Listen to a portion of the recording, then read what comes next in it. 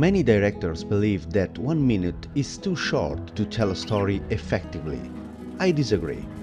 I believe that it's mainly a matter of understanding the advantage of short time and the strategies for telling a story. The best examples of ultra-short films have always been commercials, whose television tight times require for creative and directors to formulate a very short storytelling and sometimes achieve extraordinary results. But I want to show you something concrete.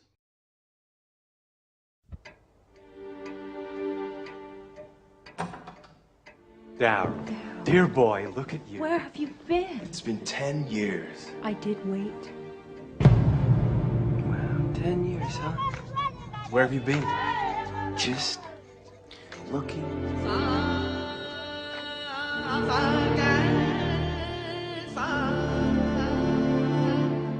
Did you find love? Yes, I found love. I found a lot of things.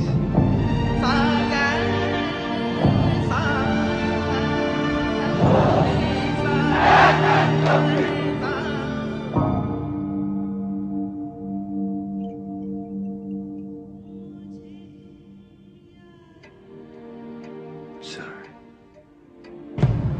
I guess I'm just a restless soul.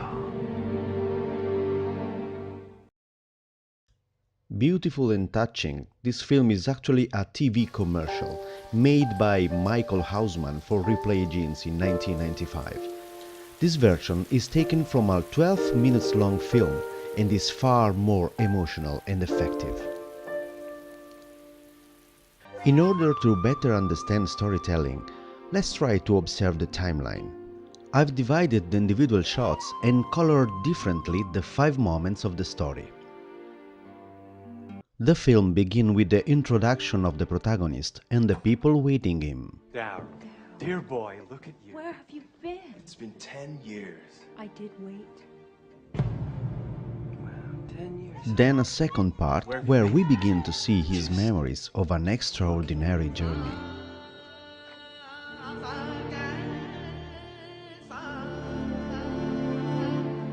Did you find love? Yes. The third part is introduced by a question that brings us into a painful and tormenting memory, followed by a rebirth through spirituality.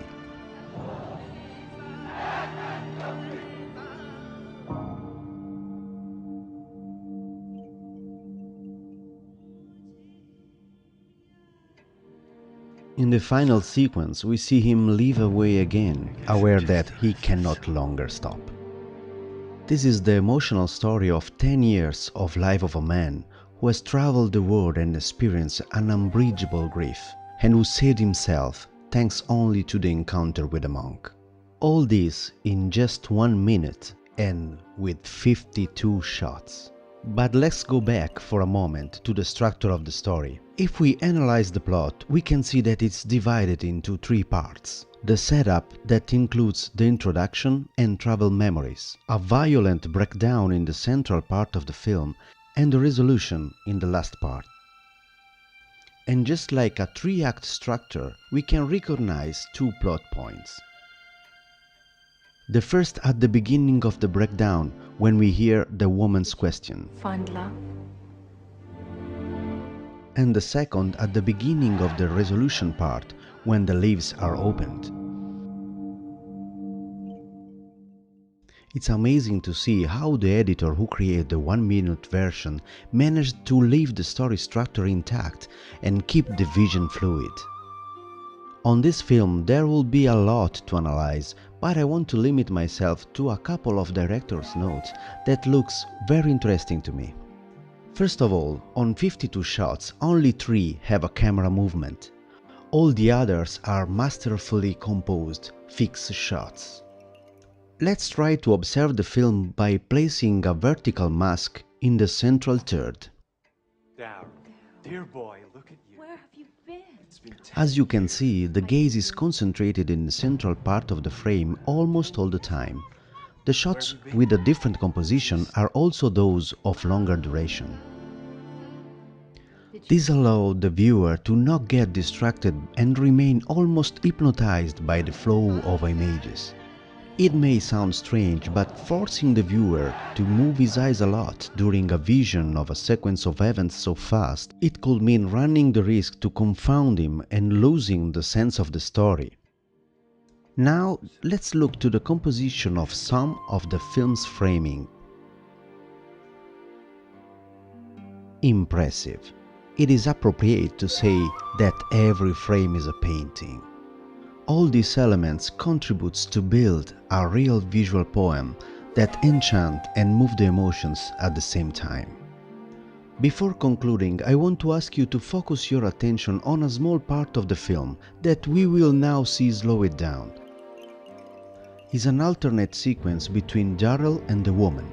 Darrell moves his eyes and sees the hands with the rings. Then the camera returns to her in an isolated frame and she tells him that she waited for him. Darrell's smile closed the scene. These few details tell us another story preceding what we see in here.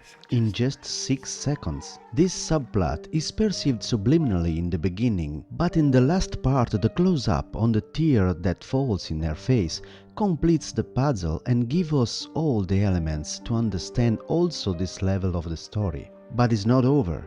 If we look closer at the last shot, we'll see that is not what it looked like. First of all, Houseman has positioned an African boy on the frame to make us think that he is returning to those places, but look more closely.